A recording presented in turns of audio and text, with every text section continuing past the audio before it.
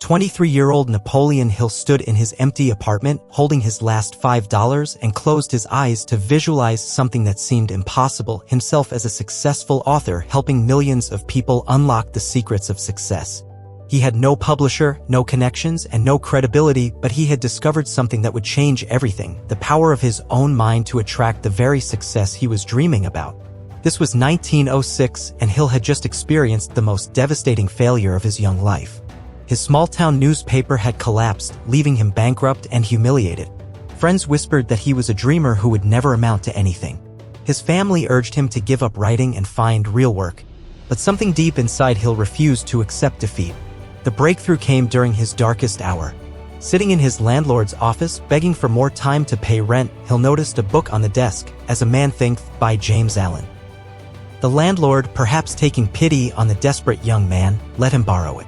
That night, Hill read words that would revolutionize his understanding of success. A man is literally what he thinks, his character being the complete sum of all his thoughts.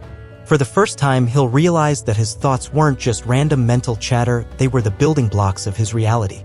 Hill began to understand that every successful person he'd ever read about had started with the same thing he possessed, a mind capable of conceiving greatness. The difference wasn't talent, education, or circumstances, it was how they used their mental faculties to attract success.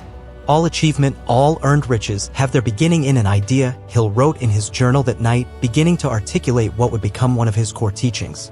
But understanding the principle and applying it were two different things. Hill's first attempts at visualization felt ridiculous. How could a broke, unknown writer attract interviews with the most successful men in America? How could thoughts become things when his bank account showed only harsh reality?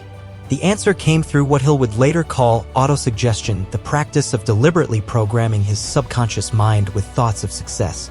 Every morning at 5 a.m., Hill would stand before his cracked mirror and speak his goals as if they were already accomplished.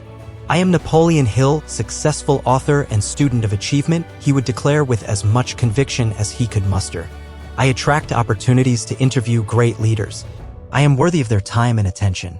My purpose aligns with the universe's plan for my success." At first, the words felt hollow, almost mocking. His reflection showed a thin, poorly dressed young man with doubt in his eyes. But Hill had learned that the law of attraction wasn't about feeling successful. It was about thinking successfully, regardless of current circumstances.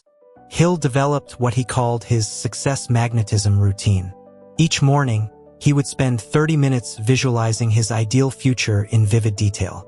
He would see himself sitting across from Andrew Carnegie, the steel magnate, conducting an interview. He would imagine typing the final page of his best-selling book. He would feel the satisfaction of helping people transform their lives through his teachings. The key breakthrough came when Hill realized that visualization without action was merely daydreaming. The law of attraction, he discovered, worked through inspired action. As he aligned his thoughts with his purpose, opportunities began appearing. But only because his mind was now attuned to recognize and seize them. Desire backed by faith knows no such word as impossible. Hill reminded himself during moments of doubt, a phrase that would later inspire millions. The first sign that something was changing came 3 weeks into his new routine. Hill was walking downtown when he overheard two businessmen discussing a magazine publisher who was looking for writers. The old Hill would have walked past, assuming he wasn't qualified. The new Hill, the one who had been programming his mind for success, approached them and volunteered for the job. That magazine assignment led to another, then another. Hill noticed that as his self-concept improved, people began treating him differently. Editors who had previously ignored his letters were now returning his calls. Sources who had been unavailable were suddenly willing to meet. "The starting point of all achievement is desire," Hill wrote, but he added a crucial insight. Desire must be fanned into a burning flame through belief, visualization, and unwavering faith in the outcome. Hill's growing confidence attracted bigger opportunities. When he heard that Andrew Carnegie would be visiting the city, Hill didn't just hope for an interview, he visualized it, felt it, and acted as if it were inevitable. He prepared questions, researched Carnegie's interests, and even practiced the conversation in his mind. The interview request that Hill sent wasn't written by a desperate young reporter, it was crafted by someone who had already become successful in his own mind. The difference was palpable and Carnegie agreed to meet. That 3-hour interview changed Hill's life forever. But the real magic wasn't in the meeting itself, it was in how Hill had attracted it through the systematic use of his mental faculties. Carnegie, impressed by Hill's preparation and vision, challenged him to spend 20 years studying successful people and writing about their principles. Most remarkably, Carnegie offered no payment for this massive undertaking.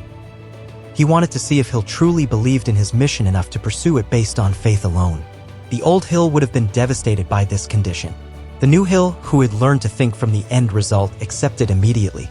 Whatever the mind of man can conceive and believe, it can achieve, Carnegie told Hill during that meeting, unknowingly giving him what would become his most famous quote. Hill spent the next 20 years applying these principles systematically. He attracted interviews with over 500 successful people, including Thomas Edison, Henry Ford, and Theodore Roosevelt. Each opportunity seemed to flow naturally from his aligned thoughts and purposeful actions. The law of attraction, Hill discovered, wasn't mystical magic, it was mental discipline. When he programmed his mind with clear goals, backed by burning desire and unwavering faith, his subconscious began working 24/7 to find ways to achieve them. His thoughts literally restructured his perception, helping him recognize opportunities that had always been there but had been invisible to his untrained mind. Hill's success attracted success. As he became known for his insights into achievement, more successful people wanted to share their stories with him. Publishers who had once rejected his work were now competing for his manuscripts. The man who had started with nothing but faith in his own thoughts had attracted a career that would influence millions. But Hill never forgot the lesson of his early years: success begins in the mind. Every external achievement had first been created internally through the power of focused thought, visualization, and unwavering belief. The man who thinks he can and the man who thinks he can't are both right, Hill would later teach, reflecting on his own transformation from broke dreamer to respected authority on success. His story became living proof of the law of attraction in action. Hill hadn't attracted success through wishful thinking or passive visualization.